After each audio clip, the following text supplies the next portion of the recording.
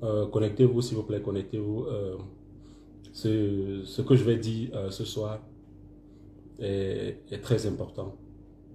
Donc là, je viens d'arriver sur Yaoundé. Je viens d'arriver sur Yaoundé. Connectez-vous et partagez ce direct. Parce que là, la situation sur le coronavirus est vraiment préoccupante. Et il faut que nous ne prenions pas ça à la légère. Parce que sachez que pendant quand on est arrivé en Belgique et qu'on nous parlait de coronavirus qui venait d'arriver en France, nous on était les premiers à dire que, dis donc, si le kwashiorkor ne nous a pas tués, si le palu, la typhoïde ne nous a pas tués, c'est le corona qui va faire quoi? Mais pour vous dire vrai, la menace est certaine. Nous sommes arrivés au Cameroun hier, Grand Barak et moi, et je dois vous avouer que là, présentement, on est en quarantaine et je vais vous expliquer pourquoi. Il faut déjà dire que je ne pense pas qu'on ait déjà vécu cette situation dans le monde une fois. Une situation où tout le monde reste confiné. J'étais à Paris avant-hier, on a eu la chance, on est quitté juste avant qu'on ne décide de fermer les frontières de la France. Mais sinon, on allait rester là-bas. Si, pour ceux qui sont à Paris, pour ceux qui sont en France, vous vivez ça au quotidien, j'imagine. Déjà que la veille, tous les shops étaient fermés et vraiment, ça faisait peur. Donc, je vous raconte un peu ce qui se passe avec nous là présentement, pourquoi on a décidé de rester en quarantaine. Grand Barak et moi, on était en Suisse il y a exactement 4 jours. On était en Suisse. Tout allait bien. Après, on a pris un vol Zurich, Paris, Charles de Gaulle, Zurich, Roissy. Maintenant, partant de Roissy, on est allé au Mans. Et le soir, quand nous sommes arrivés au Mans, j'ai commencé à avoir de la fièvre. Mais bon, j'ai laissé se passer. Ceux qui envoient des têtes de mort, je ne sais pas pourquoi vous envoyez des têtes de mort. Ça sert à quoi? Donc, j'ai laissé se passer. Tout allait bien. Le lendemain, c'est le jour où on devait quitter. Et donc, avant-hier soir, j'ai encore eu de la fièvre. Bon, une fois de plus, j'ai laissé. Et en arrivant donc à l'aéroport hier, parce que quand le vol arrivait, j'avais vraiment de la fièvre. Mais compte tenu de l'ensemble des symptômes qu'on nous a montré, la toux, je n'avais pas de toux, le Grand Barak aussi n'avait pas de toux, tous les symptômes qu'on a dit là, la toux, le souffle et tout, mis à part la fièvre, c'est juste ce qu'on avait. Et hier, quand nous sommes arrivés à Douala, on était obligé d'aller en pharmacie chercher les Doliprane parce que ça n'allait pas. Grand Barak avait de la fièvre. Bon, lui se plaignait plutôt des maux de tête. Et moi, de la fièvre. Donc, du coup, on est allé chercher les Doliprane. Et on a pris ça hier. Jusqu'à présent, on est arrivé à Yaoundé. Donc, on comptait aller à l'hôpital à notre arrivée aujourd'hui. Mais depuis rien. Depuis hier qu'on a pris, tout s'est calmé. Et on espère que ça va aller. Parce que si ça ne va pas, je crois qu'il faut qu'on aille à l'hôpital. Mais toujours est-il que j'aimerais dire à tous ceux qui ont fait les photos avec nous à l'aéroport hier soir, parce qu'on s'est arrangé vraiment à ce que personne ne nous touche. Mais il y a les gens, quand j'ai laissé Grand Barak, qui sont allés le toucher, faire les photos avec lui. On ne sait jamais vraiment essayer de rester en quarantaine. C'est important. Parce que quand on dit ça aux gens, ils se disent que c'est la blague. Cette histoire de corona, c'est vraiment important. Essayez de vous mettre en quarantaine. Tous ceux qui nous ont touchés hier. Parce que depuis hier soir, à l'aéroport, on s'est arrangé jusqu'à ce qu'on arrive à Yaoundé, à ne toucher personne. On a eu de contact avec personne.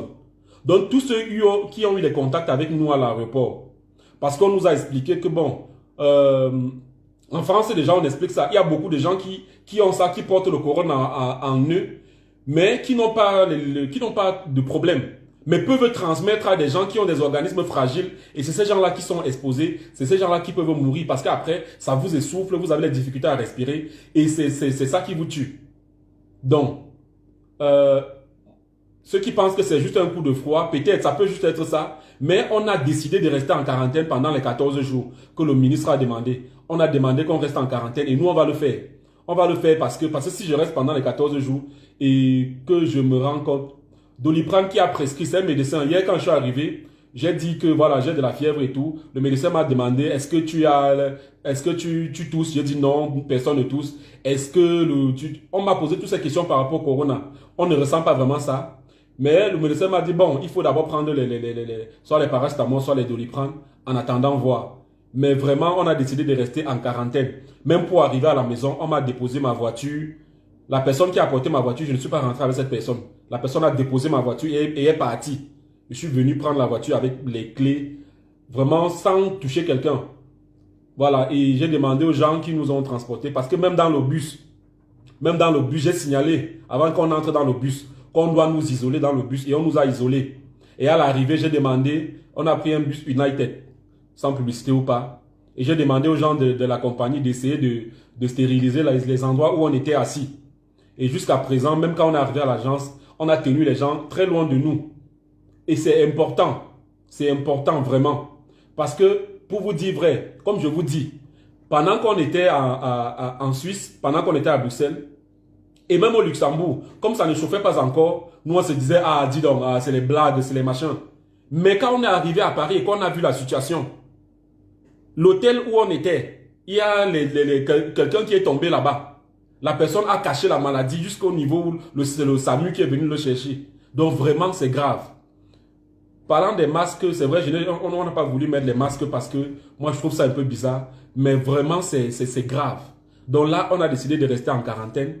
Les gens qui ont prévu, c'est vrai que j'avais prévu de passer dans une émission. Vraiment, je m'excuse, je ne pourrais pas. On va essayer de rester en quarantaine et essayer de voir tous les gens qui veulent nous rencontrer. Grand Barak, Ouais. tu fais quoi? Oui, Voir. tu sais qu'on ne sort pas. Ouais. On ne sort pas, au moins encore 13 jours. C'est important, ne prenez pas ça à la légère. Je vous assure, ne prenez pas ça à la légère. Parce que si moi par exemple, parce que la fièvre dièse, ça c'est pas le genre de fièvre qui m'arrive très souvent. Donc, si moi par exemple je porte ça en moi et que mon organisme est fort, c'est sûr que je ne vais pas présenter les signes qui prouvent que j'ai le corona. Mais c'est clair que je vais transférer ça à quelqu'un. Quelle pharmacie à Douala? C'est une pharmacie pas loin à Makepe, là, pas loin de l'agence Orange. C'est dans cette pharmacie qu'on a pris les machins, les Doliprane hier. Mais et une fois de plus, ce n'est pas moi qui suis allé prendre les Doliprane. J'ai envoyé quelqu'un aller prendre. Donc pour vous dire que c'est important de respecter toutes ces mesures de précaution-là. Et j'ai même voulu qu'on fasse comme les autres, qu'on n'attende pas quand ça va cuire. Parce qu'on va payer un lourd tribut si on continue de négliger. Parce que beaucoup de gens disent que ça ne tue pas les Noirs, ça ne fait pas ceci. Voilà un Camerounais qui est mort en France. Et ce n'est pas un vieillard. Parce qu'on dit que ça ne tue que les vieillards. Vraiment, il faut faire attention. Faisons attention. N'attendons pas que ça... Parce que si ça arrive chez nous, voilà la France, une grosse puissance comme ça, les gars ont décidé de se barricader chez eux. Vraiment, ça veut dire que si ça arrive chez nous, compte tenu du fait qu'on soit d'abord têtu, on est d'abord très têtu. Ce qui fait que même quand on va dire aux gens de fermer les bars, on sait comment ça se passe. Les bars seront fermés, mais à l'intérieur, on va suivre les bruits. Vous comprenez? Vous savez tous comment ça se passe le 20 mai, quand on décide de fermer tous les bars. Il y a toujours les bruits à l'intérieur des bars.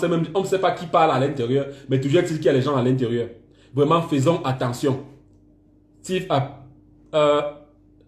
appelle déjà le 1510. En fait, je vous dis uniquement pourquoi je n'ai pas appelé. Parce que je vous dis déjà qu'à l'aéroport de Douala, il y a des mesures qui ont été prises. On prend la température, on remplit une fiche et tout.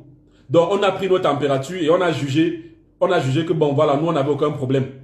Maintenant, allez, par exemple, je suppose qu'il y a beaucoup de gens qui vont appeler le 1510. Moi, j'ai simplement décidé de ne pas appeler parce que bon, là, on estime que notre situation n'est pas préoccupante. Parce que déjà, dans un climat où tout le monde a déjà peur, il ne faut pas aggraver, faut pas alourdir les statistiques. Voilà, c'est pour ça que j'ai décidé, voilà, de rester plutôt confiné. Maintenant, s'il y a un problème, pendant ces jours où je serai à la maison, si vraiment je me sens que ces symptômes-là recommencent, je crois que je vais appeler le 1510 pour me signaler. Mais vraiment, et Grand Barak, lui, moi j'ai ressenti de la fièvre. Lui, il a pris les Doliprane hier. Il me dit juste qu'il a mal à la tête. Je demande s'il a de la fièvre. Il dit non, il n'a pas de fièvre. Il ne souffre de rien. J'espère vraiment qu'il ne souffre de rien. Parce que c'est moi, c'est moi le problème là maintenant, le question fièvre là. Mais lui, il a quand même pris les Doliprane hier en disant qu'il avait mal à la tête, mais que ça va déjà. Buvez de l'eau avec le sel. Ces astuces-là aussi, arrêtons aussi ça. Hein. Arrêtons vraiment quand on atteint ce niveau, ce stade-là. Et je pense qu'il est déjà temps, il est temps qu'on ferme les frontières. Il est temps qu'on ferme les frontières. Les histoires de chloroquine, machin truc là. Vraiment, arrêtez ça. Ne faisons pas dans l'automédication face à cette histoire-là. Quand il y a vraiment un problème, appelons le 1500, le 1510, comme vous venez d'écrire là. Et essayons de faire à ce que les statistiques ne s'aggravent pas, que les chiffres ne s'aggravent pas. Donc je prie encore, tous ceux qui ont fait les photos avec Grand Barak hier à l'aéroport. Je crois qu'il y a une personne qui est aussi venue faire la photo avec moi. Ça doit être une douanière.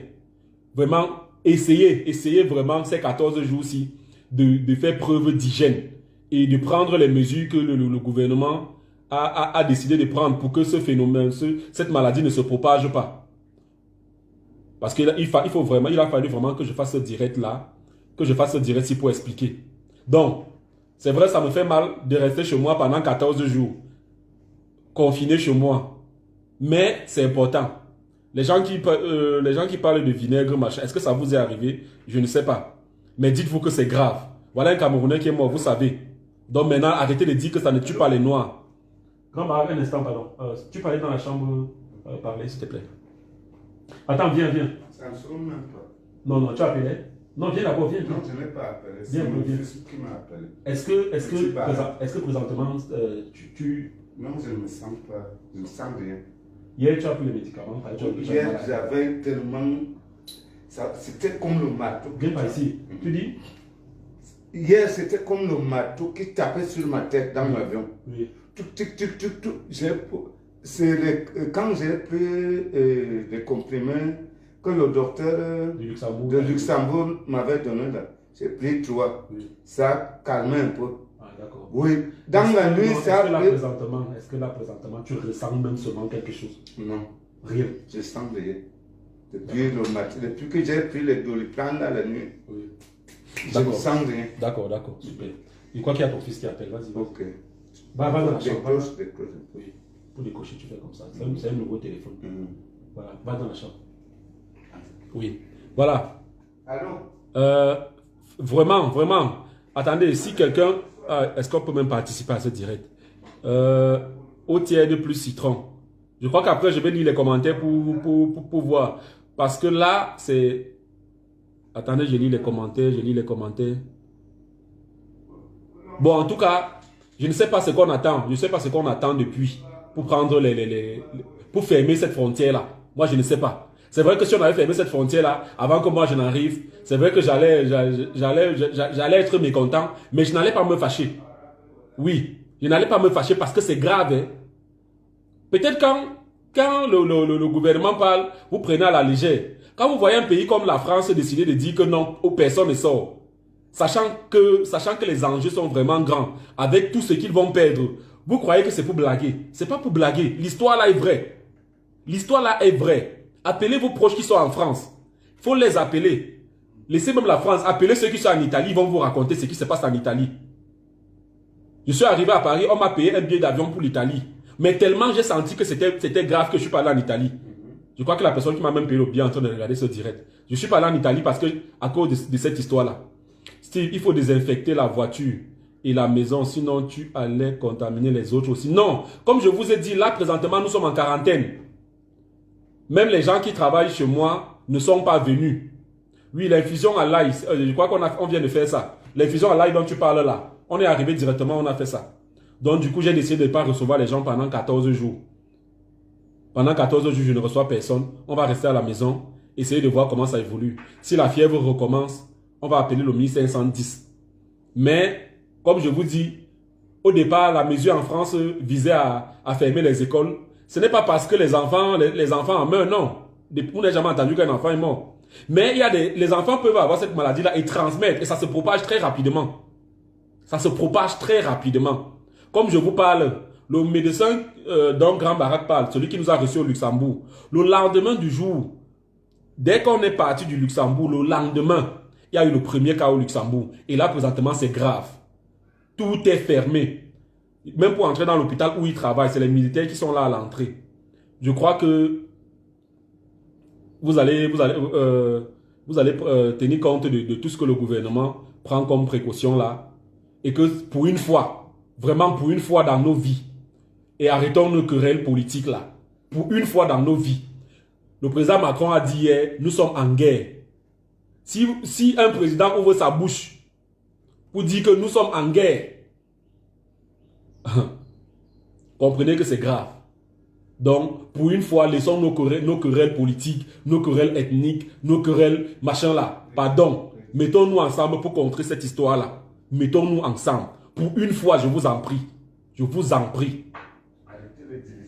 Les gens ne croient pas, hein, parce que quand on parle, il y a beaucoup de gens qui vont insulter, fermer les frontières. Je ne sais pas pourquoi jusqu'à présent, on garde les frontières ouvertes. Mais vraiment, depuis que cette histoire a commencé, il n'y a que le ministre de la Santé qui parle. Le ministre du Commerce doit nous expliquer que voilà, bientôt, on peut passer à telle phase.